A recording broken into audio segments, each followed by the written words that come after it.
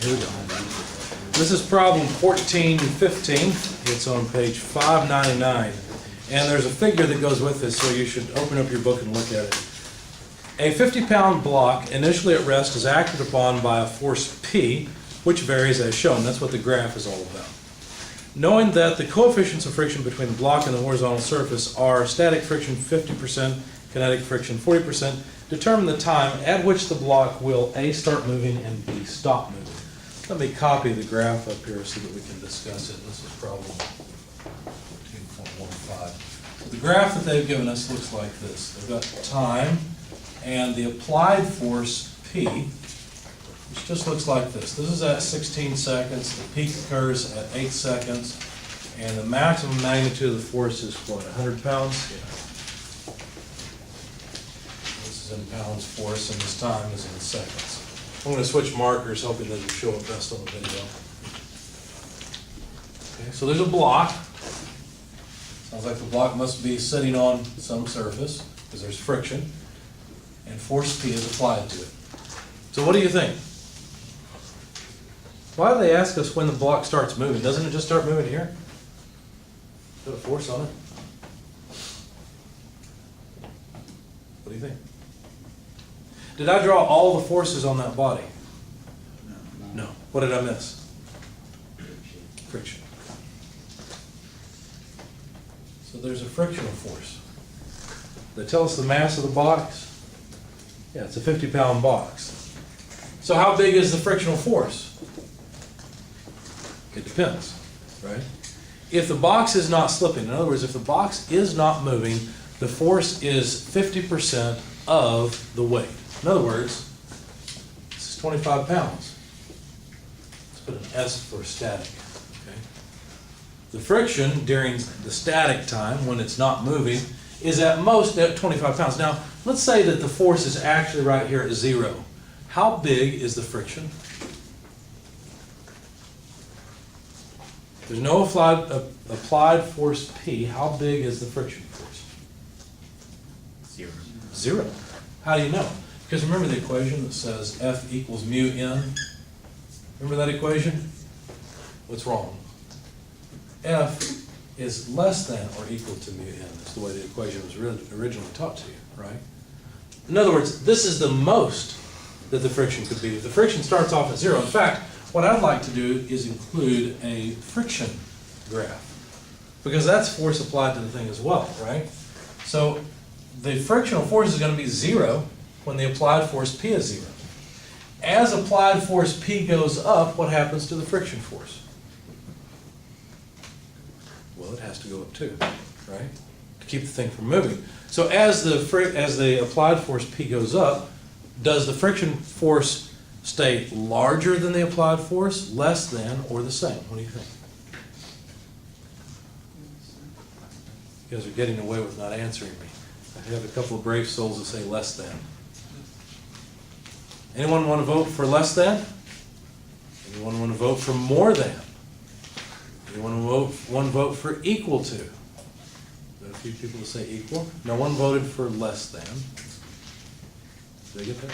No, there were less than. No one voted for more than. So the friction force is not more than. And you see this inequality, and that suggests that maybe it would never be more than. So that's probably why no one voted for it. Well, I would claim that the only way this thing will have 0 motion, is if the sum of the forces are 0. Right? That's the only way that it will not accelerate, because sum of forces cause mass times acceleration if they're imbalanced. Right? So if there's any imbalance, one larger than the other, there will be acceleration to this box, and it will no longer be static.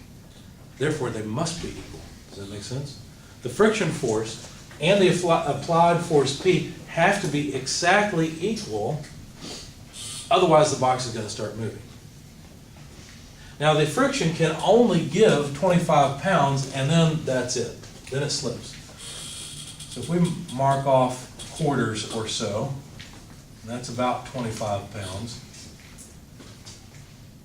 then the friction would also be at a negative 25 pounds at that point in time.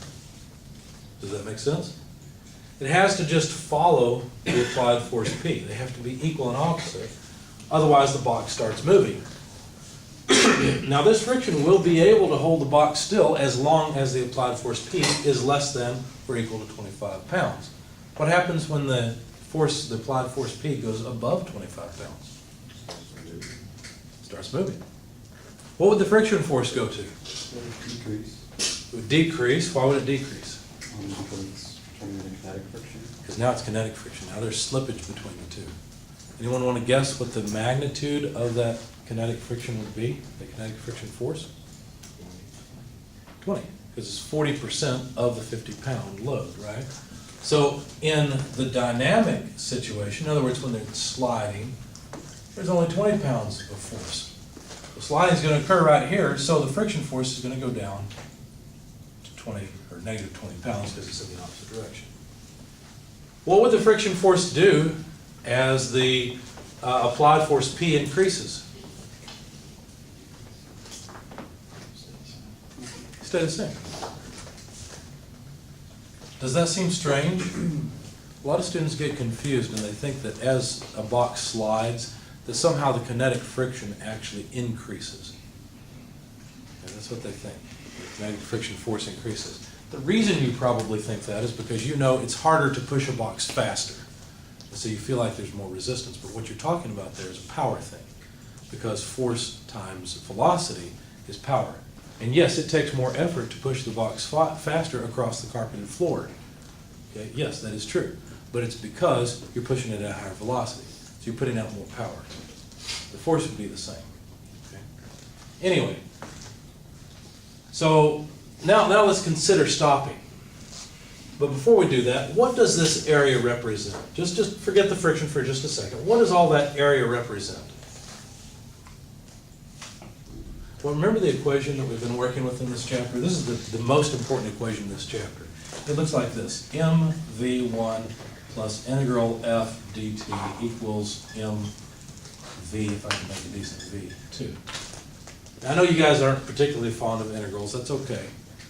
But this is what we've been working with, where this is the initial and final momentum respectively. And what's this thing? Called that in impulse. Remember? Your impulse was right, it's impulse. So this is the impulse. What does that mean? Well, it's the action of that force over time. And remember, this could be a sum of forces because it could be a bunch of different forces acting on body. In this case, we've got two. So there's an impulse that changes the momentum from one state to another. Okay. So what is this? Well, this is just force over time. Well, look at what we've got. We've got force over time. So what does the area beneath this graph represent? The impulse. Right? That's what it is. Now, the impulse here is exactly balanced by the impulse here. There is still impulse here, but it doesn't manage to change momentum because it's added to another force that's equal and opposite, and so the impulse term goes to zero, because these two areas cancel each other out. But all bets are off when we get to this point in time. What is that point in time? The easy way to look at it is just with geometry. You've got a triangle here that goes up 4 units, goes over every 2 seconds would be 4 units, right? So if we break this up, this would be 2, 4, 6, 8, right? We can continue with the rhyme, but why bother? So this is at 2 seconds, just by geometry. Okay, so what does that mean? That means the box starts moving at 2 seconds. Does that make sense? That's what it means. So if the box starts moving at 2 seconds, that's right here. So let's put a note here. It says start of motion. Oh, I'm off the video. Let's see.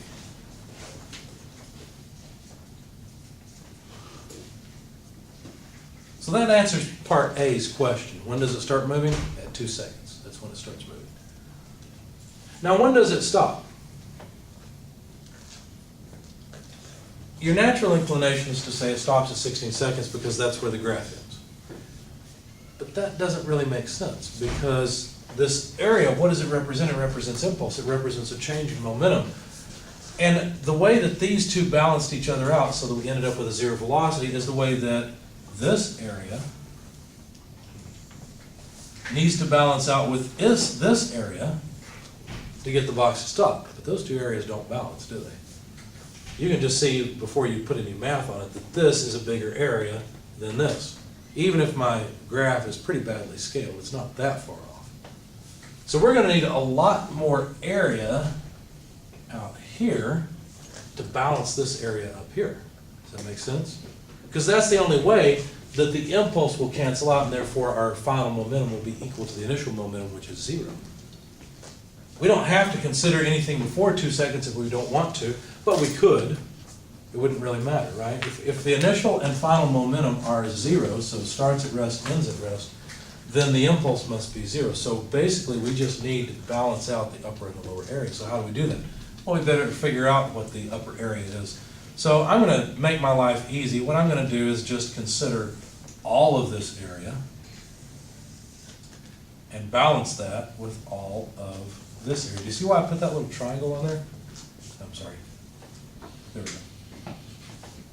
Actually, you know what? Let's make our lives, no matter how we go about it, we're going to have to figure out the area of one of these little triangles. So if these two areas are equal, let's calculate the upper area. How much area is there up here? Well, that's pretty easy. It's just 8 times 100. Why? Well, think about taking this area of the triangle and just moving it over to here. It would fit right in there, right? So this is just a rectangle. Another way you could do it is by looking at the base length of 16, the height of 100, using the triangle formula, multiply those two by each other, divide by 2. You're going to come out with 800. 800 what?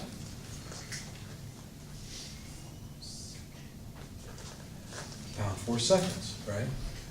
Base times height is going to have units of pound/force seconds. That's the unit of impulse, is force times time. That's also the unit of momentum. Okay, otherwise we couldn't add them together. So there's 800 worth up here. We have to balance that with 800 worth down here. And we have to be careful because this triangle sticks up a little bit. So we'll have to calculate that area first. So how much area is that little triangle? Get rid of this note. Well, let's see. It's 2 times 25 is 50, divided by 2 is 25. Right? So this area is just 25. So you tell me, how much area, or negative area, do I need to balance out 800 worth? Well, I already balanced 25 of it, so I need 775. So this area needs to be 775 pound/force seconds. Okay. How big is it? Well, it's 20 big, right? It's 20 pounds force. So the length, we could simply take 775, divide by the height of 20, and find out how long this is. Okay. So grab your calculators. Basically what we're saying is that the length from here to here has to be 775 pound/force seconds divided by 20 pounds force. See how this will give us seconds?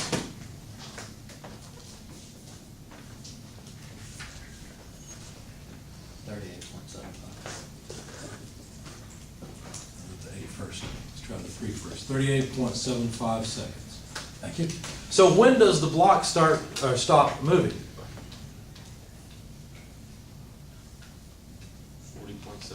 40.75, because remember we're measuring time from 0 here. And there's 2 seconds worth. So the time when the block stops is at 40.75 seconds. Okay? Does that make sense?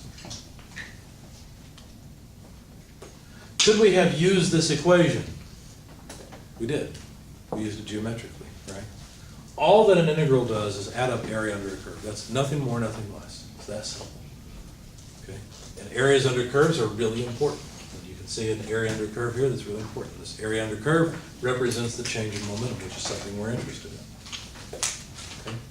Questions, comments? Did that answer all of your questions, Mr. Bailey? Just asked to start the time. Right, so we've got 2 seconds and 40.75 seconds. But any intuition questions as well? Or?